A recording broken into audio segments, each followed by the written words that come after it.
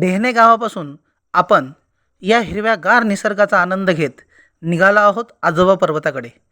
खाली जे आपल्याला गाव दिसतंय ते डेहणे गाव आहेत आणि समोर दिसणारा उंच सुळका म्हणजे आजोबा पर्वत। आजोबा पर्वताकडे आपण निघालोय आणि हा निसर्ग पाहून एकच गाणं हिरवा डोक्यात येतंय। निसर्ग हा ते म्हणजे भोवतीने, जीवन सफर करा मस्तीने, मन सरगम छेडा रे, जीवनाचे गीत गा रे, गीत गा रे, धुंद वारे।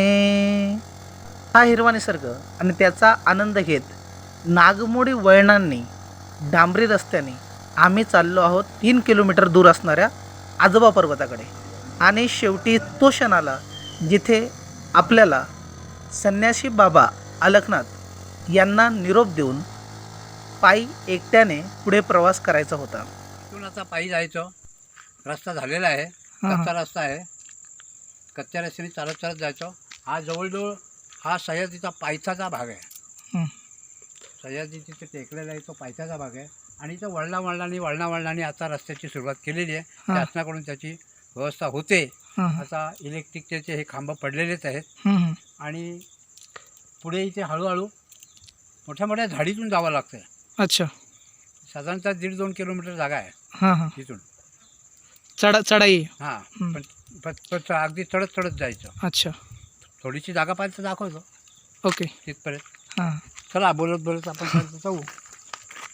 पूर्वी अतिशय खडतर रस्ता म्हणजे पायी सुद्धा चालायला कठीण असायचा। हां हां, हे आता म्हणजे भीमाशंकर सारखा होता हां चढायला। हो, म्हणजे शासनाने आता बरेचसे हे केलेलं आहे। भीमाशंकर सुद्धा पूर्वीचा असंच होता। हां हां, नाही तो शिडीघाट मार्गे आहे तिकडनं ते बळीरावरून आम्ही तिकडनं जायचो।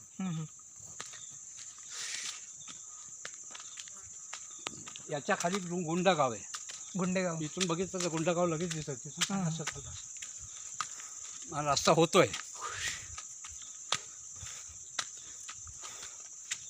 संपूर्ण दगड आहे, कातळ आहे सगळा।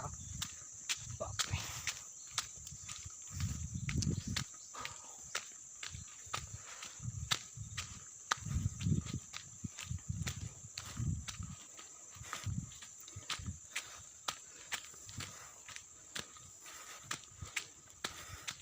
पर्वत सगळा फोडलाय, हां डोंगर तोडले। हां, तो पर्वत आहे ना का आजोबा? हां, तो पर्वतच आजोबा, त्याच्या आणखी आतमध्ये जावं लागतं इकडं। ते इतकं चढायचं आहे? हां, अरे बापरे, इथून पुन्हा असं वळणाने जायचं आहे। हां हां, मित्रांनो, संन्यासी अलकनाथ बाबा यांची सोबत आपल्याला इथपर्यंतच होती। आता इथून पुढे आपल्याला एकट्याने जायचं।